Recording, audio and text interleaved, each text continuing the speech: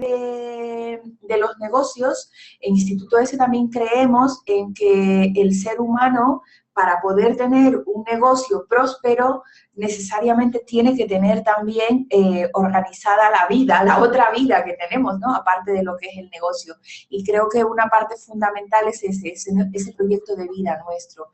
Y para abrir o iniciar esta sección que la hemos denominado Conferencias de Proyecto de Vida, está con nosotros Elena O'Callaghan, que es coach, pedagoga, especializada en TDAH, y su página web es coachingtdah.com. Ahí vais a poder conocer más sobre ella. De todas maneras, ella nos va a contar un poquito más sobre lo que hace, cómo lo hace y de qué manera ella ha aprendido o nos puede colaborar o enseñar, como queramos llamarlo, a conocer esas técnicas y esas estrategias que día a día nos van a mejorar ese vivir con una persona que tiene TDAH. En este caso, pues, nuestros hijos, como podrían ser. Esto sería nuestra ponente y, bueno, mi nombre es Karina Castro, muchos de vosotros ya me conocéis, soy la directora del Instituto S y estaré aquí para acompañaros en la parte técnica. Si tenéis alguna duda, alguna inquietud, podéis escribirme en el chat. Tenéis un chat, en la parte inferior izquierda tenéis una opción de chat. Me veo que ya vais entrando, me gustaría que fuerais poniendo en el chat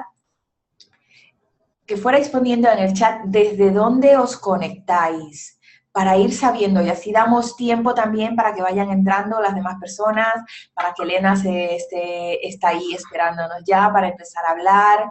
Veo varios nombres conocidos y podéis identificar el chat e irnos poniendo cositas. ¿Desde dónde os conectáis? Pues aquí tenemos a Ana, que es desde Barcelona, y así identificamos que os funciona bien, que me escucháis bien, que podéis escribir en el chat, que tenéis claro que yo estaré para el tema técnico. Cualquier duda, inconveniente que tenéis, lo escribís en el chat, yo voy a estar atenta mientras Elena esté impartiendo la conferencia. Deciros que al final de la conferencia Elena va a contestar a todas las preguntas. Podéis ir poniendo las preguntas en el chat y vamos a estar atentas a ellas para darles contestación al final de la conferencia.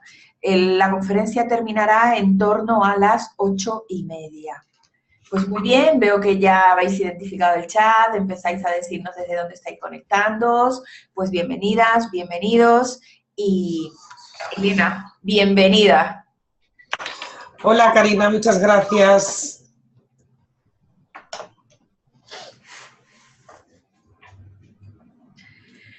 Bueno, pues Elena, ya vemos que tenemos a personas aquí conectándose. Me gustaría que nos contaras un poquito más sobre ti, sobre cómo va a ser esta conferencia, cómo lo has planteado y sí. Ahora mismo pues ya son todo tuyos. Te repito, y también para que lo sepan los compañeros que se están conectando, yo voy a quitar mi cámara, voy a quitar mi sonido para no interferir en tu conferencia y que puedas darnos todo aquello que has preparado y que traes para nosotros. Bienvenida, Elena, son todos tuyos. Muchas gracias. ¿Se está compartiendo ya la pantalla, Karina? No, todavía no está la pantalla compartida, ahora solo te vemos a ti y te escuchamos a ti. Tendrías que darle a compartir pantalla.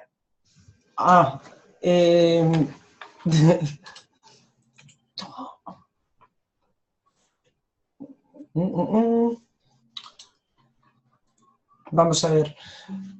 Busca la barrita que teníamos, que se te ponía junto a la cámara y te da la opción de compartir pantalla. No te preocupes, que son cosas del directo, esto pasa siempre.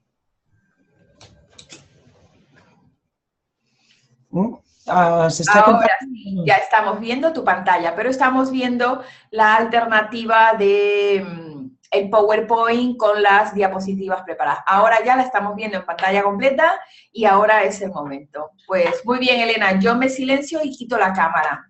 Vale, perfecto. Muy bien, bueno, en primer lugar, bienvenidos y bienvenidas a todos y todas.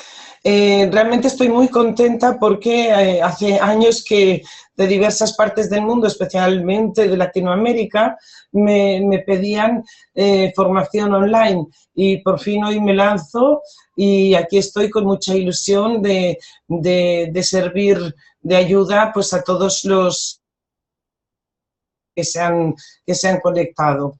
Bien, en primer lugar, como tú has dicho, me presento un poquito. Soy maestra, pedagoga, filóloga, fui maestra de primaria, fui profesora de lengua y literatura en secundaria y en bachillerato. Soy también escritora de literatura infantil y juvenil. Eso pues me permite actualmente seguir estando en contacto con los colegios porque de alguna manera, aunque solo vaya a dar conferencias a los chavales que han leído libros míos, pues no pierdo el contacto con el mundo escolar. Soy también fundadora y actual presidenta de la Asociación TDAH Cataluña, que la fundé hace 12 años para ayudar a familias de niños afectados. Soy expresidenta y actual vicepresidenta de la Federación Catalana de Asociaciones de TDAH y exmiembro de la Junta Directiva de la Federación Española de Asociaciones de Ayuda al TDAH. Esto me ha permitido pues, conocer, en fin, las realidades de todo el país y también pues, a nivel internacional, tanto lo que son las últimas investigaciones como saber pues, las prestaciones que tienen en los distintos países y cómo tratan el tema del TDAH. Pero por encima de todo, bueno, de alguna manera, también otra de las cosas que ya me he ido especializando a nivel profesional, pues es en educar y formar a adultos, especialmente a docentes y a familias, y ayudar a las familias en la medida de mis posibilidades. Pero por encima de todo esto, y sobre todo, soy madre de 2 niños TDAHs, uno con TDA sin hiperactividad y otro con hiperactividad. Siempre digo que tengo un hiperactivo y una hipoactiva, que para levantar, para dar un paso tiene que pedir permiso al otro pie. El hecho de ser madre ha sido realmente mi mayor aprendizaje en la vida, ha sido una inmensa lección de humildad y de alguna manera es lo que me ha permitido empatizar profundamente con las familias que tienen hijos afectados. A veces cuando vienen en la consulta y me dicen, oye, es que usted no sabe, y yo no digo nada, pero pienso, uy, si tú supieras. Bien, en cualquier caso, vamos a ver lo que hay detrás de un niño con TDAH y empalmando con esto que estaba diciendo, lo que hay detrás de un niño con TDAH es mucho sufrimiento, no de él, que también, sino sobre todo de la familia, y hay una sintomatología, es decir, hay hiperactividad, hay falta de atención y hay impulsividad.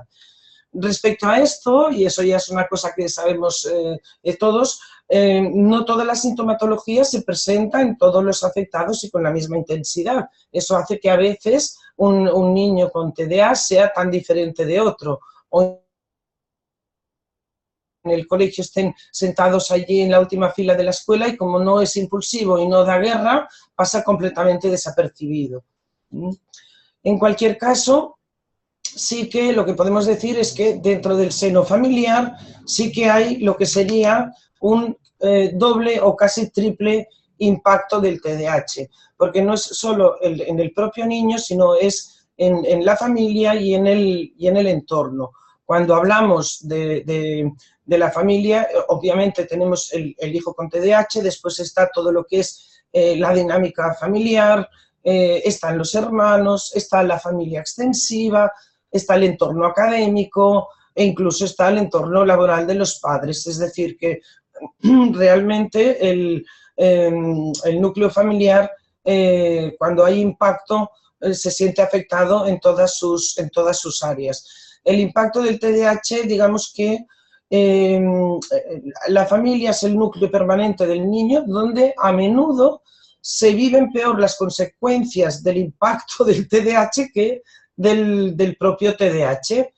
Me gustaría daros unos datos relevantes, pero atención que estos son aquí en España, por tanto no sé en otros países, pero aquí sí que se ha hecho esta estadística no creo que sea muy diferente. El 80% de los progenitores sufren ansiedad, el 25% tiene depresión, del cual el 80% son madres. El 20% están separados, siendo el TDAH un factor determinante en el 75% de los casos. Y finalmente, el 20% de las madres abandonan su trabajo o reducen su jornada laboral drásticamente, de manera que es mucho más difícil de este modo hacer frente económico a lo que sería un tratamiento multimodal completo. Por tanto, nos encontramos con un impacto que es físico, que es mental, que es emocional, que es económico y que repercute en todos los miembros de la familia, porque además se generan situaciones de estrés, de angustia, de agotamiento físico y psíquico también. Realmente, aparte, tenemos los mensajes que recibe el afectado y su familia, porque, y esto es una constante en todas las familias con las que he tratado, es mucho más fácil juzgar desde el desconocimiento que cuando se vive el problema. Entonces, los padres y las madres, sobre todo de niños afectados, tenemos que oír a menudo que no lo sabemos educar, que no le sabemos poner límites, en fin, etcétera, etcétera, etcétera. Por tanto, nos encontramos con unas familias con un alto grado de sufrimiento, de estrés y de angustia. A esto le debemos sumar sentimientos muchas veces de culpabilidad por pensar que no estamos haciendo las cosas como debemos. Nos encontramos además que si los hijos tienen una baja autoestima, los padres también. Y además nos encontramos ya dentro de lo que es el seno familiar muchas discusiones por diferencias de criterio educativo. En este sentido, vamos a ver qué es lo que podemos hacer, afrontar el reto, qué hacer y qué no hacer. Lo primero de todo es aceptar el trastorno. Aceptar el trastorno quiere decir aceptarlo con todas las consecuencias. No es decir, mi hijo tiene esto, le doy una pastillita y ya me olvido de todo. No, cuidado, porque además la pastillita puede ser necesaria o puede no ser necesaria. Pero en cualquier caso, lo que sí que es necesario es aceptar el trastorno, es buscar información y sobre todo formarse. Y por supuesto, informar a la escuela y coordinarse con ella en la medida de las posibilidades reales. Es también muy importante entender que nada de lo que un padre o madre podrá hacer desaparecer el TDAH de su hijo.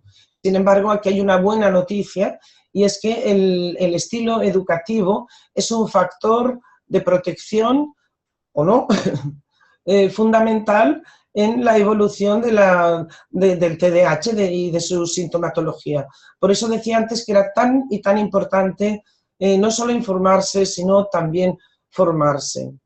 Es importante también saber mantener la serenidad en el hogar, sentirse bien para poder ayudar, hablar con el hijo afectado. A veces nos encontramos que hay padres y madres que hacen como si no supieran nada, como aquí no pasa nada, y le dicen que se tomen una pastillita para el dolor de barriga y después a los 16 años el niño te dice que la pastillita para el dolor de barriga te la tomes tú.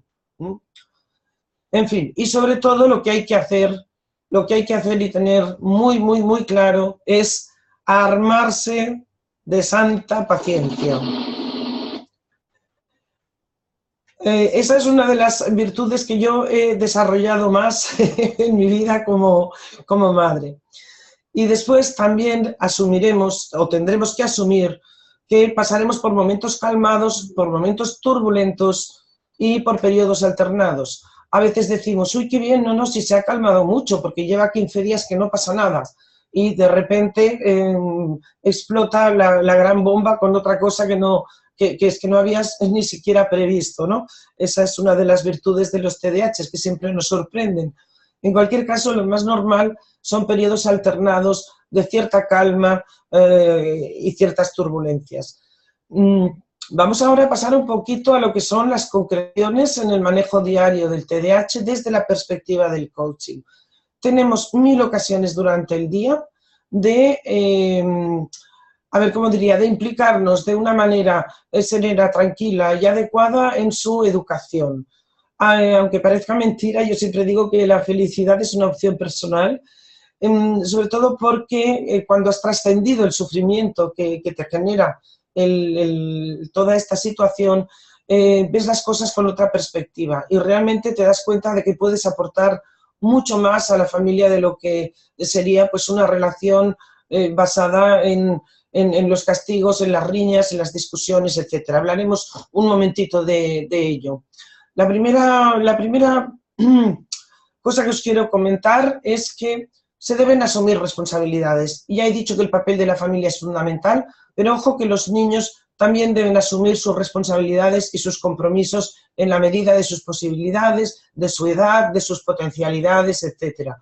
Cuidado porque es que si no vamos a generar lo que se llama el síndrome del emperador, que son esos niños tiranos que incluso cuando llega la adolescencia pueden llegar a maltratar a sus padres, aunque sea verbalmente, y ahí tenemos que hablar de límites, que luego hablaremos un poquito de ello.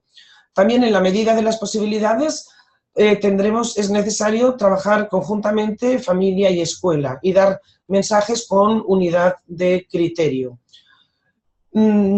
Hay sitios, hay lugares en que realmente hay protocolos educativos para estos niños y hay otros en que realmente depende de cómo funcione el maestro, pues las cosas van mejor o van peor. La siguiente, perdón, la siguiente cosa que os quiero comentar es que es muy importante rodearlo de un entorno tranquilo, afectivo, sereno, organizado. Y lo primero de todo es que todo niño, toda persona en realidad, necesita a alguien que crea en ella. Y más en el caso de un niño con TDAH. Se debe potenciar su autoestima siempre desde creencias positivas y esperanzadoras. Y eso a veces a los padres nos cuesta porque una de las principales angustias es preocuparnos por su futuro. Dentro de este entorno organizado también tenemos que tener en cuenta el sueño y el descanso, los horarios, los ritmos, las costumbres. Debemos también procurar una alimentación sana, ojo con los azúcares, con las bebidas excitantes de cola, etcétera, etcétera. Otro punto importante y muy importante es, vamos a ver, ir a la esencia de la persona. Ir a la esencia de la persona quiere decir que hablamos siempre o debemos hablar siempre de tener TDAH, no de ser un TDAH. Es decir, si yo tengo miopía, yo soy miope. No, yo tengo miopía, pero yo soy mucho más que mi miopía, por ejemplo. Y mi miopía se soluciona poniéndome estas preciosas gafas que me he quitado porque me parece que brillan mucho para la pantalla, pero en cualquier caso yo me considero bastante más que mi miopía. Si nosotros empezar a modificar el lenguaje, no es ser TDAH, sino tener TDAH, ¿de acuerdo? Ahí es importante entender que para que un niño sea un adulto feliz el día de mañana, hay algo que es fundamental y que debemos inculcarle antes de haber cumplido los 7 u 8 años. Y esto es precisamente un alto grado de autoestima y de seguridad en sí mismo. Eso para los niños con TDAH es un reto para los padres, pero que realmente está mucho más en sus manos que la de los propios niños que a esas edades no tienen la posibilidad de defenderse. Esto está muy, digo defenderse, después veréis por qué, pero está muy relacionado con la comunicación. Luego hablamos de ello. Ahora simplemente voy enumerando ítems. Otra de las cosas, sobre todo, se da en padres y madres que no pueden con sus hijos. Entonces lo que deciden es ir de padre moderno y dicen, bueno, pues es que yo soy amigo de mis hijos e incluso se pavonean de ello. Bueno, pues mira, no vayas de amigo de tus hijos porque, entre otras cosas, los dejas huérfanos, por ejemplo. A ver, la familia no es una democracia, es una dictadura que puede ser más blanda o más dura. pero hay cosas que se tienen que marcar porque tienen que tener los críos unas pautas y un entorno, como he comentado antes, ordenado, organizado, en el cual sea posible la convivencia. Otro tema fundamental es la comunicación. Y cuidado porque si cuando llega la adolescencia se ha roto esa especie de cordón umbilical de la comunicación, ahí vamos a tener muchos problemas. Por tanto, cuidar extremadamente la comunicación con los hijos y por ende entre todos los miembros de la familia. En este sentido, voy a daros cuatro cositas. La primera es, ojo con los juicios. Debemos corregir, que por desgracia muchas veces tenemos que corregir a estos niños, pero sin juzgar ni descalificar. Cuando tú dices eres un, cuidado porque estás descalificando, estás yendo a la esencia de la persona, estás atacando a la persona. Se puede lesionar así gravemente su autoestima. Por tanto, no es eres un mentiroso, sino has dicho una mentira, por ejemplo. No eres un desordenado, sino tienes la habitación desordenada. Esto es fundamental, ¿eh? Cuidado con el lenguaje. Repito que lo importante es ir a la esencia de la persona. Eso un poquito está relacionado con lo que comentaba antes de tener TDAH no es ser TDAH. Bien, que tú hayas dicho una mentira no significa que seas un mentiroso. Y bueno, también aquí nos llevaría a hacer podríamos hacer otro taller de por qué mienten los niños. Bueno, no, que si no ya no tendremos tiempo. Por tanto, cuidado con el valor palabra. Las palabras se pueden utilizar para fortalecernos o para debilitarnos. Las palabras entran en nuestra mente y configuran nuestras creencias. Las palabras no son inocentes. Siempre, siempre, siempre generan emociones. Y pueden, bueno, generar, no es la palabra esta, y pueden echar fuertes raíces. ¿Por qué? Pues porque incrustan creencias y les dan sentido. Los comentarios y los mensajes que enviamos a los niños y a las niñas en sus primeros años de vida configurarán sus creencias y sobre estas creencias irán construyendo su carácter y su autoestima. Entonces puede pasar que bueno, pues que lleguen a ser los desgraciados toda la vida o que a partir de una edad determinada se reboten contra todo lo que han aprendido y no quieran saber nada ni de sus orígenes, ni de su familia, ni de su educación, etcétera, etcétera. Por eso es fundamental tener mucho cuidado con los mensajes que emitimos. Tenemos que ser impecables con nuestro lenguaje, tenemos que ser impecables con nuestras palabras. Ahí os dejo unos cuantos truquillos, ¿vale? Destacar como mínimo una cosa conseguida por cada conducta a mejorar. Es la técnica del sándwich. Por ejemplo, has hecho los deberes y te has duchado, te felicito por ello. ¿Cuándo ordenarás tu mesa, por ejemplo? Luego anunciar siempre en positivo lo que se espera del niño. Por ejemplo, en positivo no quiere decir como aspecto positivo, sino gramaticalmente positivo. Por ejemplo, y eso nos llevaría a otro taller, casi un taller de neurobiología. No podemos decir no corras, siempre tenemos el no en la boca. No, pues mejor di para. Es como si tú dices no me quiero engordar, no, di quiero adelgazarme. Es decir, enunciarlo siempre en positivo. Luego centrarse en el hábito o en la conducta que se desea obtener, obviamente.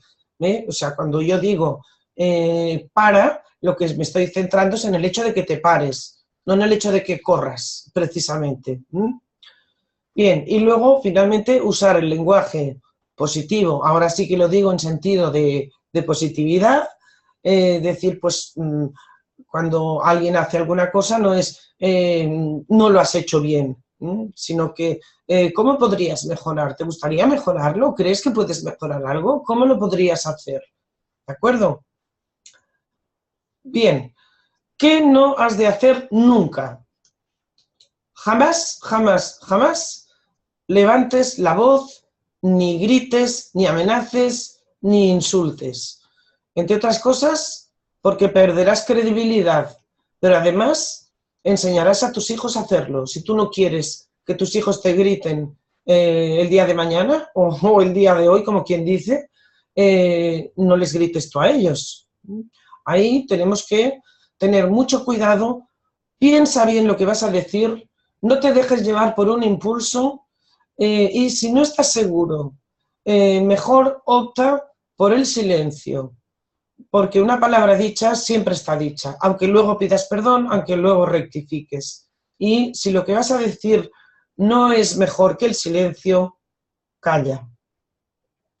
Bien, pensad que ningún mensaje o comunicación que culpabilice, que critique, que acuse, que insulte, que reproche es un buen estímulo para nadie, y menos aún para niños, ya que no tienen, como decía antes, la posibilidad de defenderse, y menos aún de un niño con TDAH que sistemáticamente está escuchando todo el santo día lo que hace mal, lo que, donde se ha equivocado, etcétera, etcétera.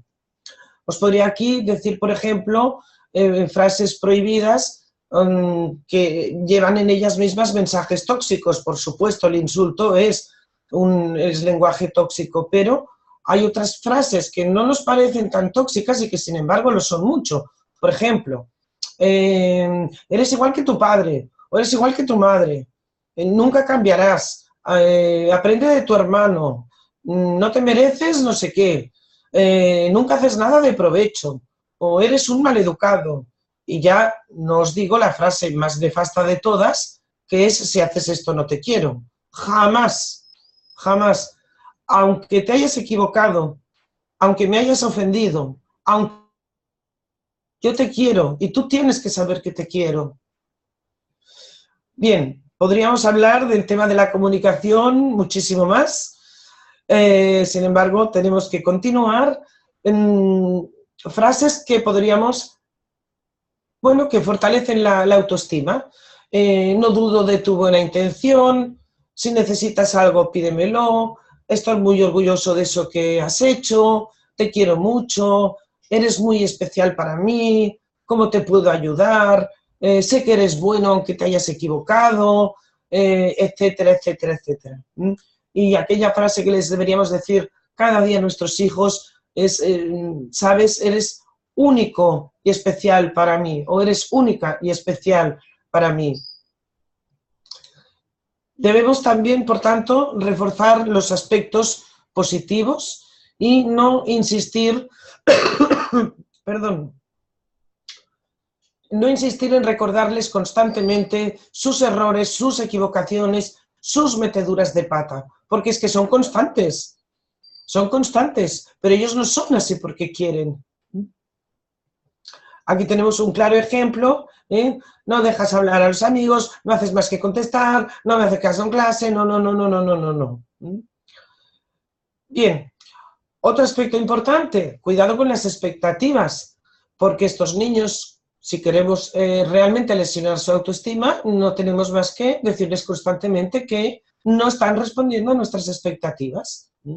Entonces debemos tener expectativas razonables y realistas y no centrarse únicamente en el ámbito académico. ¿Qué pasa si nos centramos únicamente en el ámbito académico? Pues como el TDAH extrañamente viene solo y son niños que suelen tener problemas de disgrafia, discalculia, dislexia, en fin, lateralidad cruzada, etcétera, etcétera, pues realmente los resultados académicos muchas veces dejan mucho que desear. Y si solo nos centramos en el ámbito académico, ¿qué es lo que estamos haciendo? Lo estamos machacando. Entonces, los niños con TDAH suelen creer que no sirven para estudiar y que por mucho que se esfuercen, no lo conseguirán. Imaginaros cómo influyen estas creencias en su comportamiento, además, ¿eh? Ah, soy malo, ah, soy tonto, pues ahora os vais a enterar de lo malo y de lo tonto que puedo llegar a ser. Esto por no hablar de la energía con la que este niño, pues, por ejemplo, va cada día al colegio. Y normalmente verá reforzadas estas creencias día a día por sus resultados y por los comentarios externos y acabará convirtiéndose creencias absolutas sobre sí mismo. Entonces tendremos una persona que cuando tenga 30 años, 40 años, 50 años no tendrá ningún tipo de seguridad en sí misma. Esto es el típico esquema de la lesión de la autoestima. Cuanto más crítica recibe, más fracasa. Cuanto más fracasa, menos lo intenta.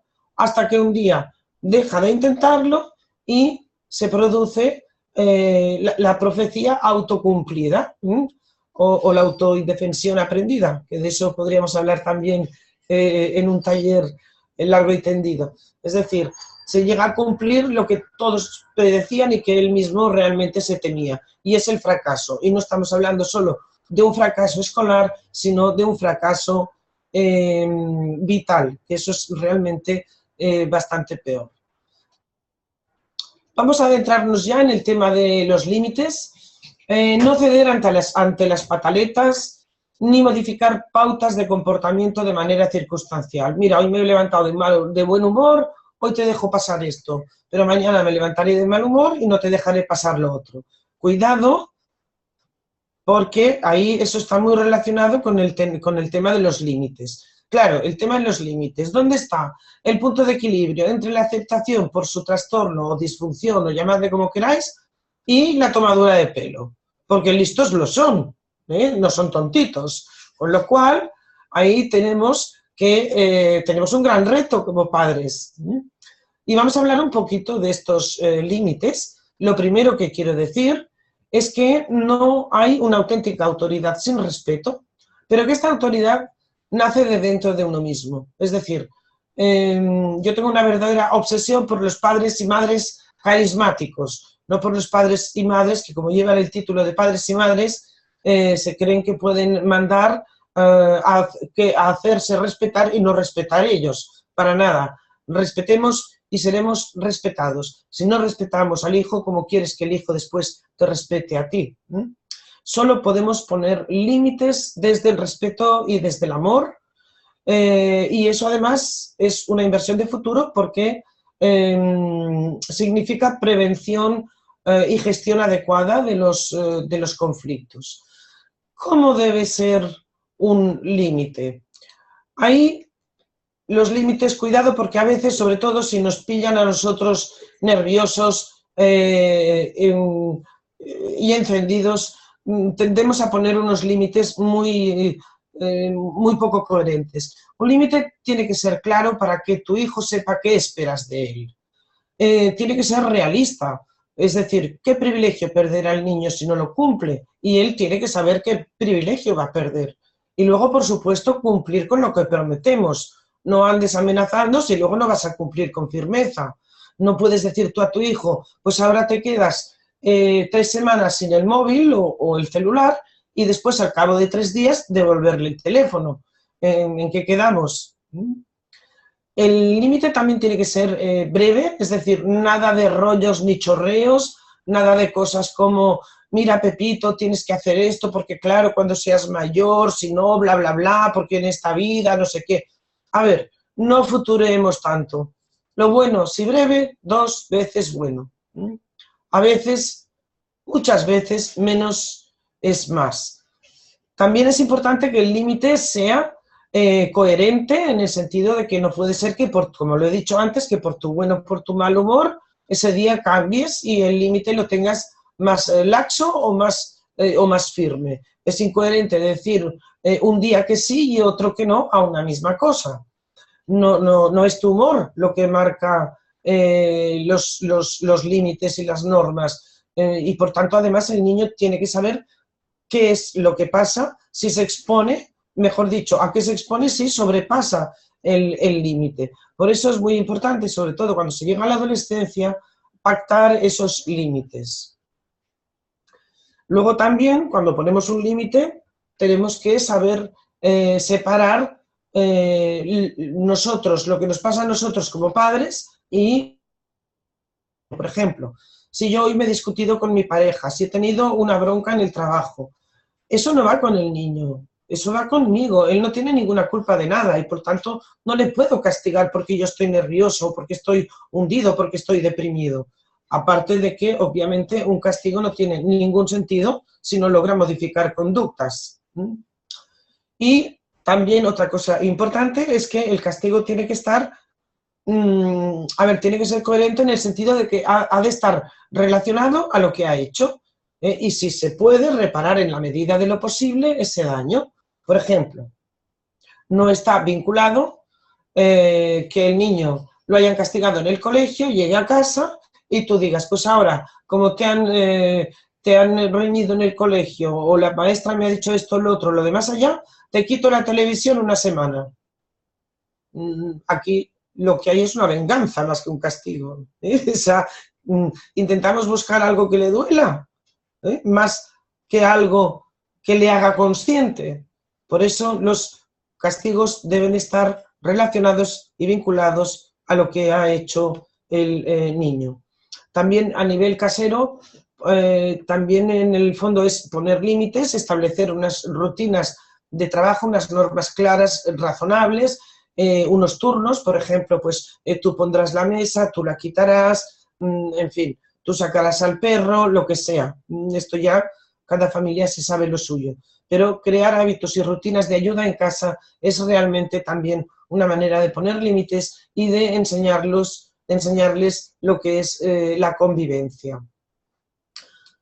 Es importante también ser creativos y utilizar refuerzos positivos, incluso si es necesario con gratificaciones a corto y medio plazo. Fijaros que digo si es necesario. No quiere decir que toda conducta correcta del niño vaya a tener un premio, pero sí a veces y sobre todo si sabemos que algo les cuesta mucho decir, pues mira, por ejemplo, imaginemos ahora que tenemos previsto ir al cine la semana que viene. No hace falta que se lo digamos, esperemos a que haga alguna cosa bien hecha para decirle, oye, mira, me ha encantado esto que has hecho. ¿Qué te parece si para celebrarlo, por ejemplo, nos vamos a tomar algo, nos vamos a un restaurante, o nos vamos al cine, o lo que sea? Porque además así el niño también le da valor a su extra.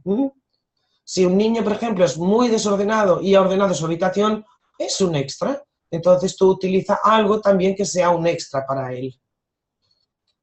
Luego está otra cosa importante. El tiempo, eso es una carrera contra el tiempo. Es arañar tiempo al tiempo. Buscar un tiempo especial para compartir con cada hijo y también podría añadir con la pareja. Lo que es importante es crear un espacio de atención individualizada, un espacio de atención gratificante, que sienta a la otra persona que estás exclusivamente por ella, aunque sea poquito. No es cuestión de cantidad, sino de calidad del tiempo que le dedicas a la otra persona, que se sienta muy especial. Luego estamos con otro tema, una cosa muy propia del TDAH, que es el efecto bola de nieve. El efecto de bola de nieve es empezar con una tontería y acabas siendo, vamos, un drama de Shakespeare. Con lo cual, ahí tenemos que ser flexibles con la famosa reincidencia. Van a reincidir.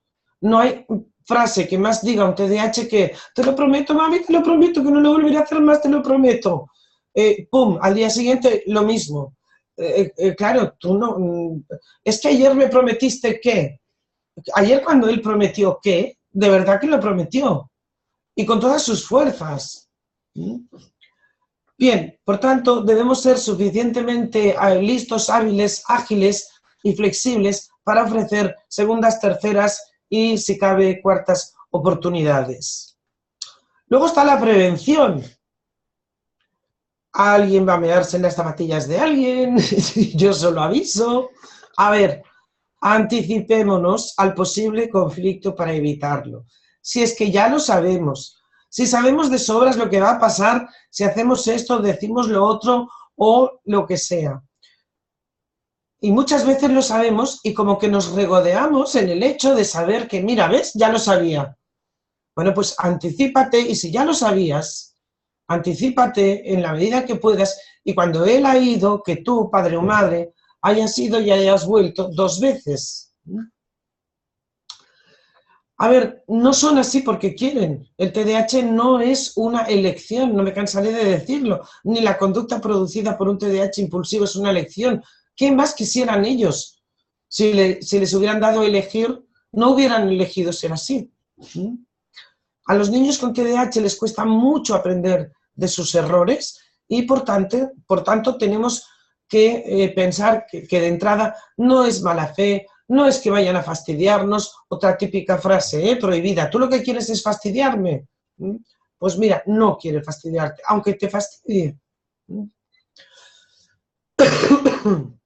Con lo cual, pues resumiendo un poquito, no censurar al niño, sino la conducta o el resultado o la acción, ¿vale?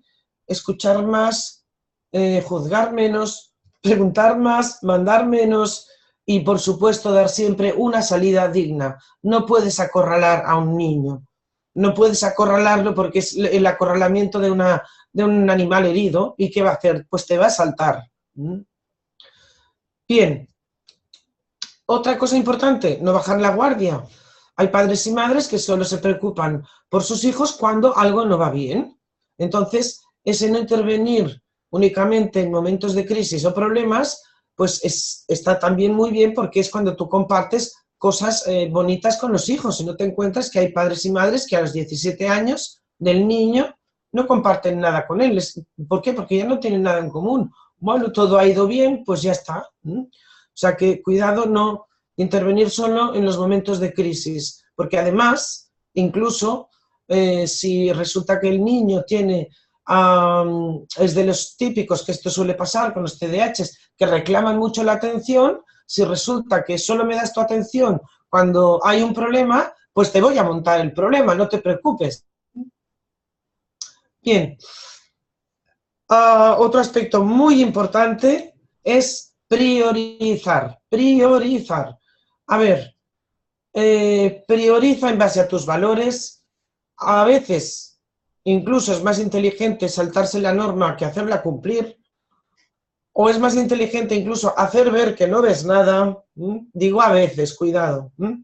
Pero lo que está claro es que si quieres ganar todas las batallas, vas a perder la guerra. Te vas a desgastar muchísimo y tu energía se va a escapar como el agua en un colador.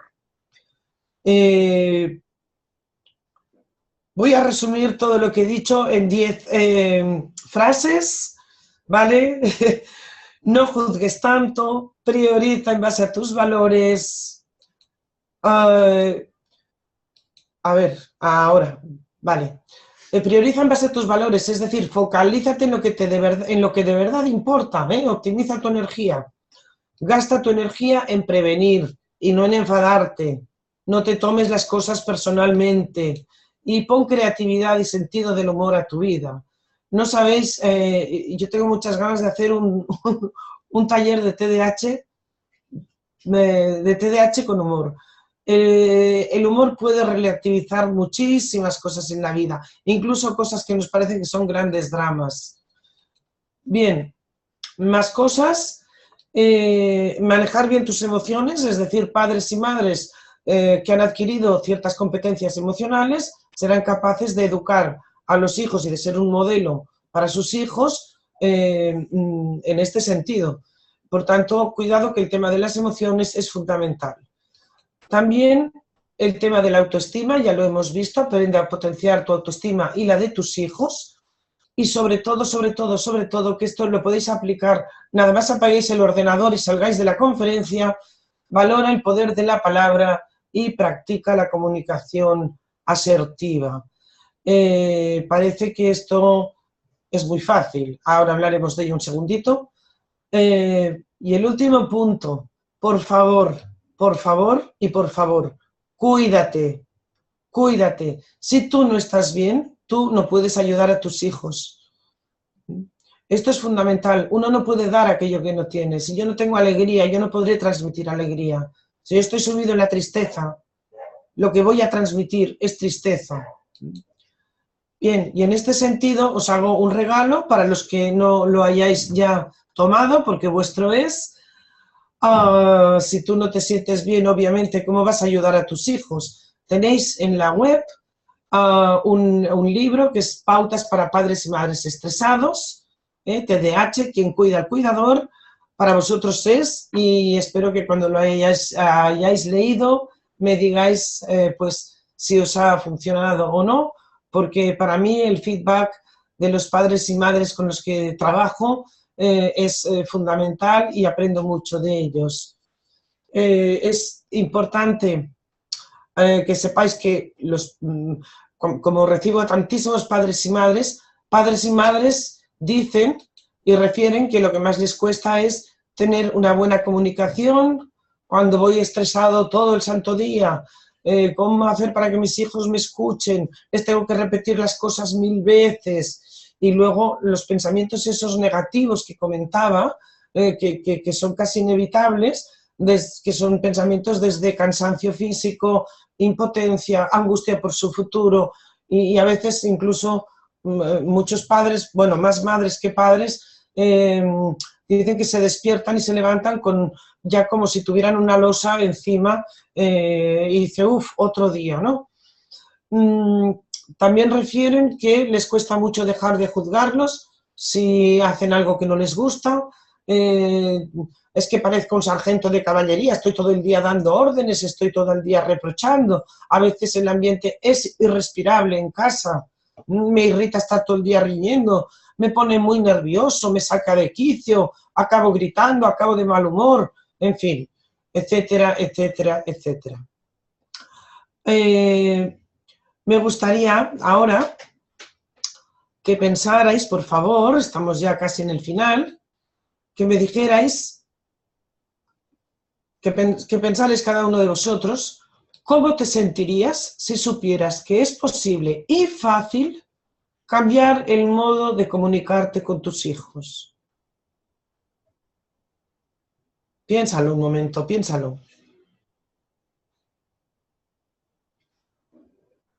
¿Cómo te sentirías si supieras que es posible y fácil interiorizar e implementar la práctica de la comunicación asertiva en familia?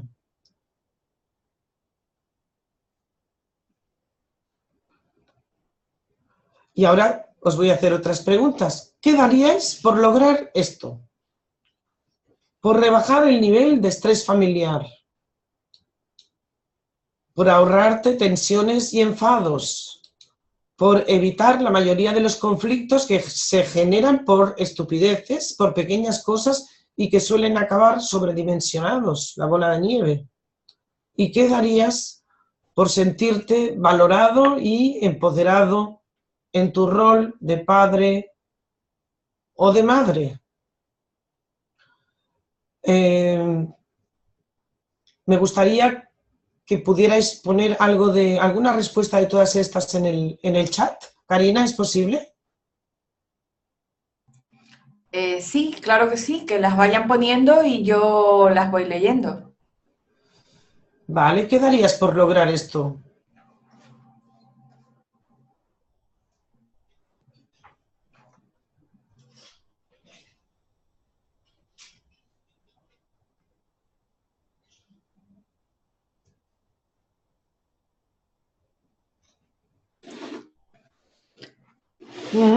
En principio no nos están contestando, tenemos que esperar un poquito porque puede haber un retardo en lo que tú preguntas y lo que ellos contestan. Y nada, comentarte que he estado muy atenta a todo lo que has dicho, que me ha encantado, que hay muchísimas cosas que creo que yo como madre pues me he identificado en algunas de ellas y creo que lo que has aportado pues es oro en paño, hija, muchas gracias. Gracias a ti. Bien, ¿cómo vamos de tiempo, Karina? Pues tenemos 9 minutos para contestar preguntas. Patricia nos dice, daría todo, pues la felicidad y tranquilidad para mi hijo es lo más importante. Pues dile a Patricia, ya se lo digo yo, Patricia, no hace falta que lo des todo, porque tengo una buena noticia para ti y para todos. La buena noticia es que tengo previsto para el día 25 de abril un taller de comunicación donde se va a profundizar mucho más todo lo que hemos hablado hoy. Va a ser mi primer taller online y realmente lo que te puedes llevar del taller es muchísimo, porque es todo esto que he comentado. ¿Qué darías por? Comentaros también que hay otra buena noticia, y es que este taller de coaching para TDAH, de comunicación en este caso, ¿vale? El lanzamiento oficial será a inicios de marzo, no sé si decir mañana o dentro de 6 días, será a inicios de marzo. También quiero que sepáis que el valor regular del taller es de 47 euros por persona, impuestos incluidos, pero no vais a tener que pagar 47 euros por persona, porque hay una promoción por ser la primera edición online y queda, por tanto, a 31 euros. Sin embargo, ni siquiera 31 euros vais a tener que pagar, porque para los inscritos en este webinar y en las próximas 48 horas,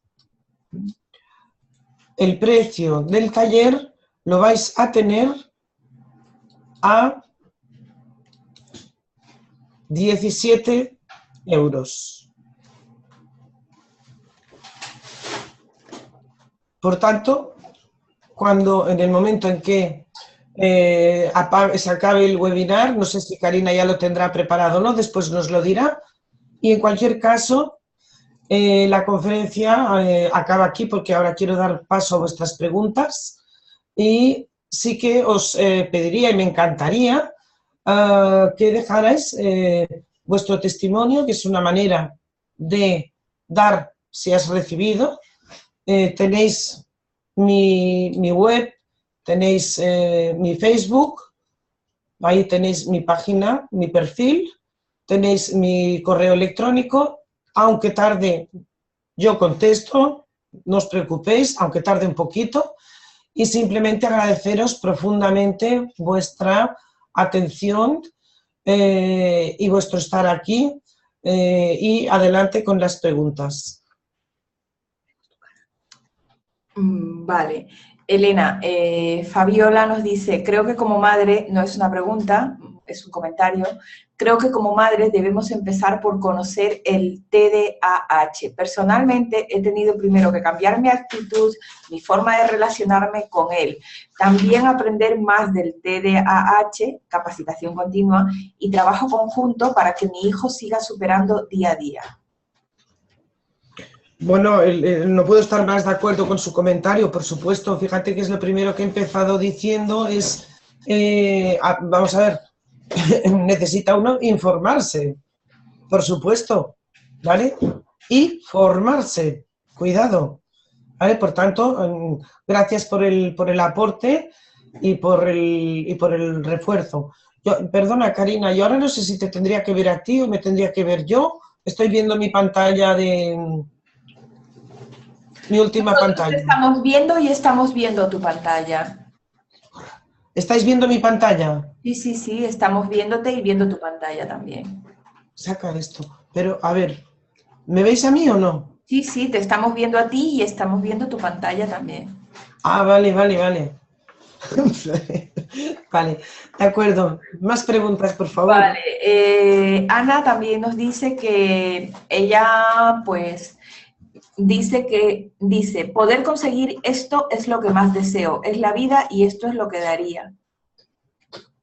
Pues que no hace falta que dé la vida, con que 7 euros ya está. Vale. Vale, luego... Va a ser un taller de 2 horas, vamos a profundizar mucho, porque es que no tenemos ni idea, o sea, no ya en el terreno del TDAH, sino en general, del poder del lenguaje. Es que no lo sabemos, pero es que ya no es el lenguaje que utilizamos hacia los demás, sino es el lenguaje con el que nos hablamos a nosotros mismos. Eso es tremendo, porque además aquí es un campo maravilloso con el que trabajar. porque ahí, pues bueno, es donde nos vamos generando nuestras creencias. ¿Mm? Muy bien. Mira, Patricia nos dice, aquí en el Perú los niños TDAH son ignorados, el gobierno no nos ayuda y hay muchos padres sin recursos que no los pueden ayudar y son maltratados en el gobierno educativo. Vale, se me ha perdido una palabra que has dicho. ¿Me puedes repetir el principio? El principio. Dice, aquí en el Perú los niños TDAH son ignorados. Vale, ya está, El gobierno no nos ignorados. ayuda. Vale, bien. Patricia, déjame decirte una cosa. Vamos a ver. A los padres nos pasa, a los padres y madres, nos pasa que cuando tenemos el problema encima, es tan tremendo la que nos ha caído encima que apenas subsistimos y sobrevivimos. Pero antes, fijaos que os he hablado de que en el momento en que uno trasciende el sufrimiento, es cuando es más feliz. Y es realmente cuando está capacitado para ayudar. A ver, yo creo muchísimo, porque lo he vivido en propias carnes aquí en España, en la sociedad civil organizada. Yo te puedo decir que hace 15 años llamaba al Departamento de Educación del Gobierno Autonómico y yo no pasaba por supuesto, de la recepción, de la recepcionista. En estos momentos yo llamo al Departamento de Educación y me pasan directamente con la persona que más manda. A ver, esto no es una chulería. ¿Qué quiero decir con esto? La sociedad civil organizada es la que genera cambios. Los cambios se necesitan a nivel de administración, se necesitan a nivel, o sea, hay unas demandas sociales, clarísimo, hay unas demandas sanitarias, hay unas demandas educativas y hay unas demandas administrativas. Y muchas veces los propios profesionales te dicen que ellos no pueden hacer más. En este sentido, por supuesto, si estamos hablando de educación, se tiene que capacitar a los maestros, se les tiene que dar recursos, ojo que a veces es más una cuestión de voluntades que de recursos, pero bueno, se tiene que en las universidades enseñar qué es y cómo tratar a estos niños y se tiene que crear unas leyes que protejan a estos niños. ¿Por qué? Porque necesitan esta protección si seguimos con los que llevamos toda la vida. Estamos en un modelo educativo absolutamente encorsetado, hijo de la era de la post-revolución industrial, donde se necesitaba unos niños que se estuvieran 8 horas cada día sentaditos, aprendiendo, tragando, obedeciendo, etc. Y esto es la antítesis de cómo es un niño con TDAH, que no puede estar ni loco, vamos, sentado 8 horas en una silla en el colegio, ni 5, ni 4, ni 2. Entonces, se necesitan leyes que se cambien. ¿Quién puede dinamizar estas leyes? Pues mira, que os parezca mentira, Patricia, los padres. Se empieza organizándose, organizando una asociación, ¿vale? Una asociación que va ganando terreno. Es decir, la asociación que fundé yo hace 12 años, pero mis hijos ya son mayores, ha conseguido aquí en Cataluña protocolos en educación, protocolos en sanidad, y ahora estamos trabajando con justicia, con inserción laboral, etcétera, etcétera. Pero claro, ahí se necesita alguien que diga, bueno, paremos de llorar, vamos a organizarnos, vamos a trascender nuestro problema y la lucha por nuestro hijo, con un poquito más, luchamos por todos.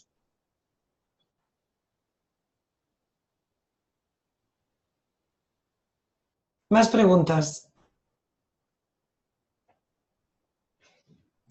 Muy bien. Karina, no oigo nada, creo que te has silenciado.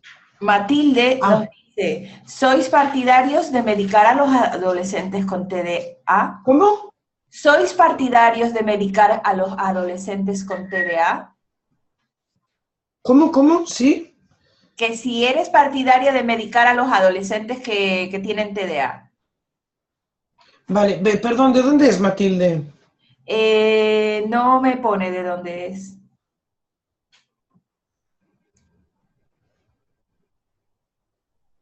Bueno, mientras lo escribe, Matilde, por favor, escribe, ¿vale? Vamos a ver, yo, ¿de qué voy a ser partidaria si yo no soy médico? A ver, si yo necesito una medicación, yo no voy a cuestionar si la necesito. Si yo confío en mi médico, yo me voy a tomar esa medicación si confío en mi médico. Pero es que la medicación no es un acto de elección. Bueno, claro, tú puedes necesitar, yo qué sé, tomarte un anticoagulante porque has tenido un ictus, no tomártelo, puedes decidir no tomártelo y bueno, y te puedes quedar ahí en 2 días, claro que sí. ¿Mm? Es decir, yo no soy partidaria ni no partidaria, yo soy partidaria, una, quien necesite medicación que la tome, pero hay TDAHs que cursan sin un necesario abordaje farmacológico. Entonces, quien la necesita, y esto es indiscutible. O sea, yo no es que sea partidaria o no, es que no entiendo el ser partidario de, es decir, o la necesita o no la necesita, es que no hay más. Entonces, confía en tu médico, y si tú confías en tu médico, ok, adelante. Pero tan irresponsable es darle la medicación si no la necesita, como no dársela si la necesita, cuidado, ¿eh? Y otra cosa, que por supuesto, cuando estamos hablando de un abordaje multimodal, estamos hablando de un abordaje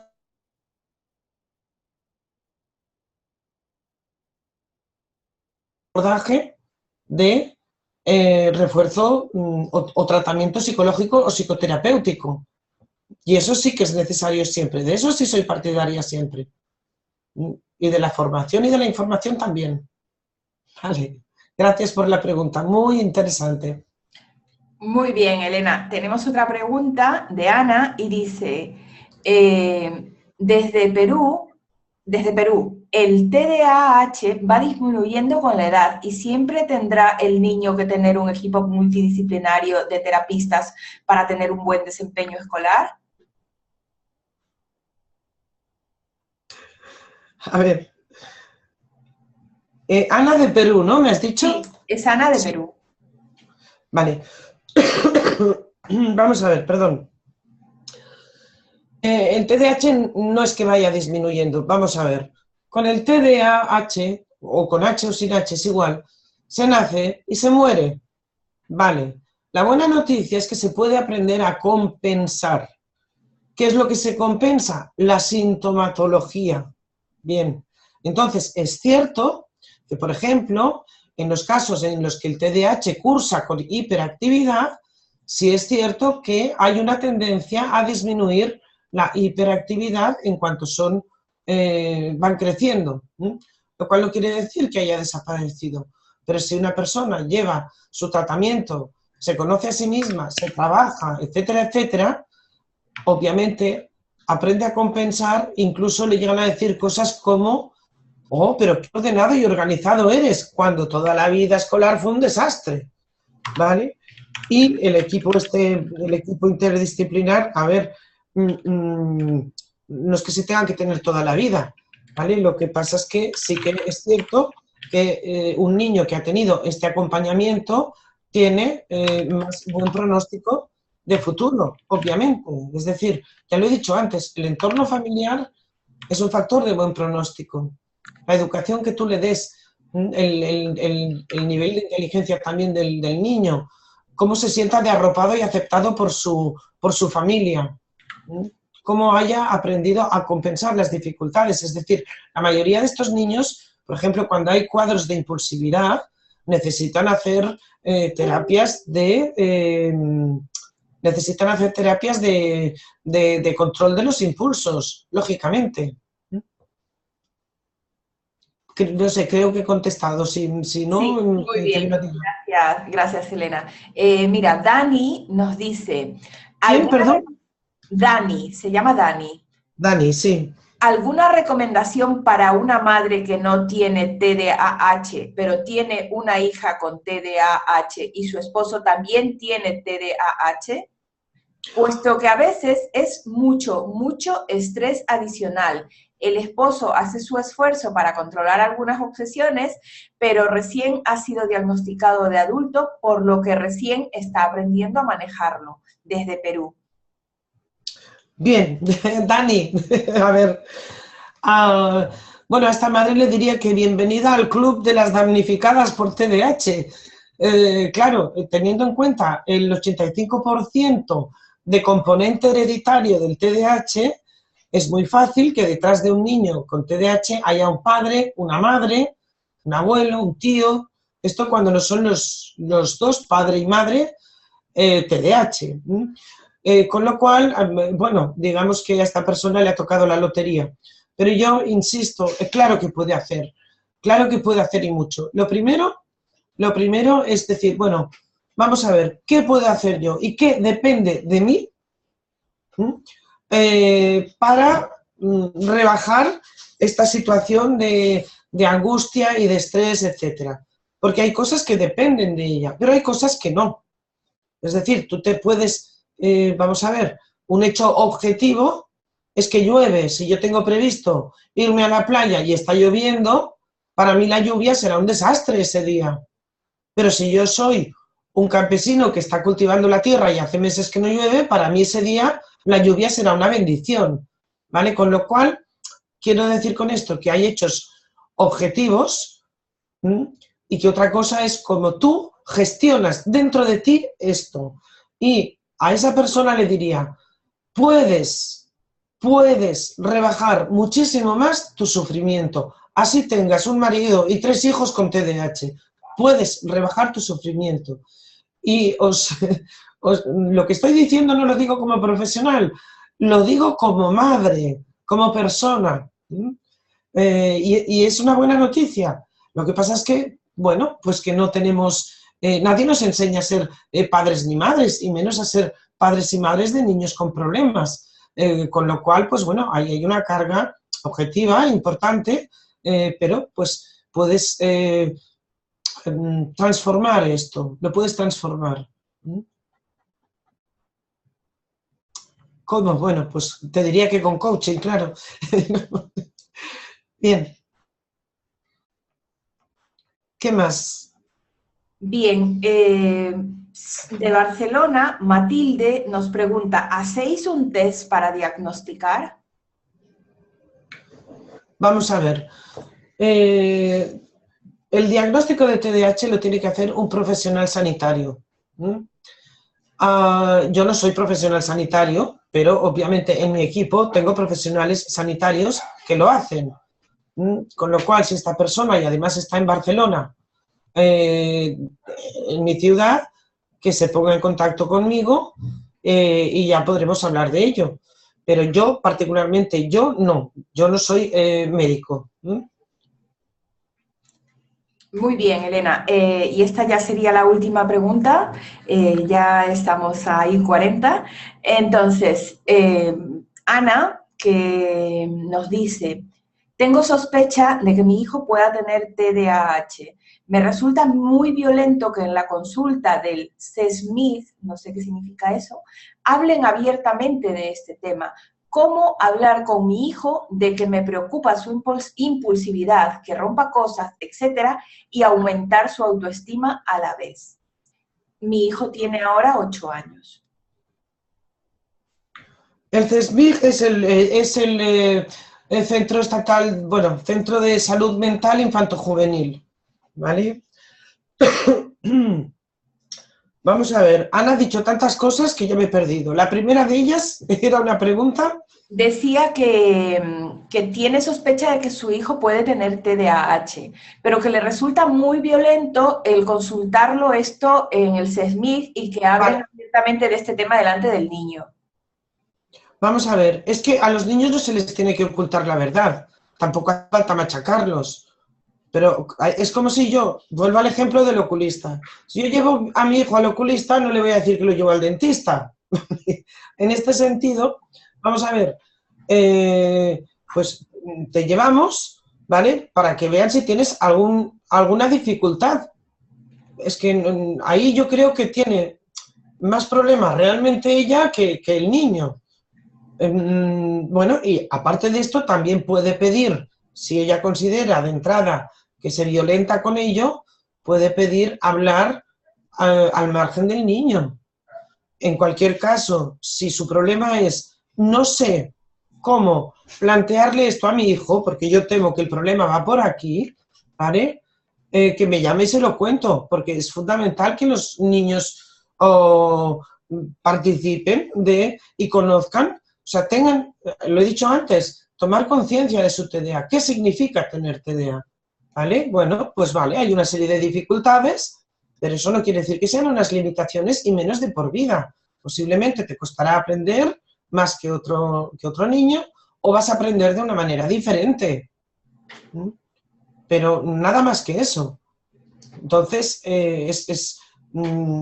claro que se debe hablar con ellos de lo que les pasa. Es como si tú detectas que el niño no oye bien y dices, oye, te voy a llevar a revisión al otorrino porque creo que no oyes bien. Si ese es el asunto y está en Barcelona, que se ponga en contacto conmigo, que ya le cuento cómo hacerlo, pero que no sufra por esto. Al contrario, yo creo que ojalá todos los centros de salud mental infanto-juvenil hablaran del TDAH abiertamente. Por lo menos quiere decir que saben lo que es el TDAH. Muy bien. Ana es de Gerona. Ah, si es que me parece que la conozco. Ana Gol.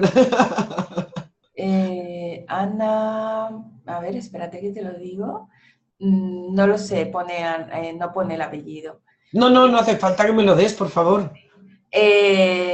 Vale, pues no tenemos más preguntas y con esto pues vamos a ir cerrando la conferencia. Por mi parte, muchísimas gracias, Elena. Creo que hemos sacado muchísima información para todos aquellos que somos padres. Yo creo que independientemente de que tengamos niños con o sin TDA, creo que lo que nos has dado son también pautas para una mejor comunicación con nuestros hijos. Por mi parte, muchísimas gracias. Gracias a ti, Karina, por el soporte técnico, logístico, etcétera. Y hacerte una pregunta que supongo que se la harán ahora las personas que han asistido al webinar. O sea, el tema del taller, por si se quieren apuntar, ¿se pueden apuntar hoy o a partir de mañana o cuándo? Al taller se pueden apuntar ya hoy. Yo en el chat he puesto el enlace a una página donde pueden perfecto. Y apuntarse hoy mismo. Ahora, en cuanto terminemos, podemos enviar un correo electrónico a todos los apuntados con el enlace a la grabación del taller, más el enlace también a la propuesta de este nuevo taller que nos ofreces, si te parece bien. No, yo la parte técnica ya sabes que me parece bien siempre. Zapatero a tus zapatos. Nada más deciros a todos y a todas que muchísimas gracias por estar aquí. Ha sido un placer en mi primera incursión en el mundo virtual y que espero que nos volvamos a ver entre comillas, porque vosotros me veis, pero yo no os veo a vosotros. Y bueno, y mil gracias por estar ahí. Muy bien, muchísimas gracias y hasta pronto.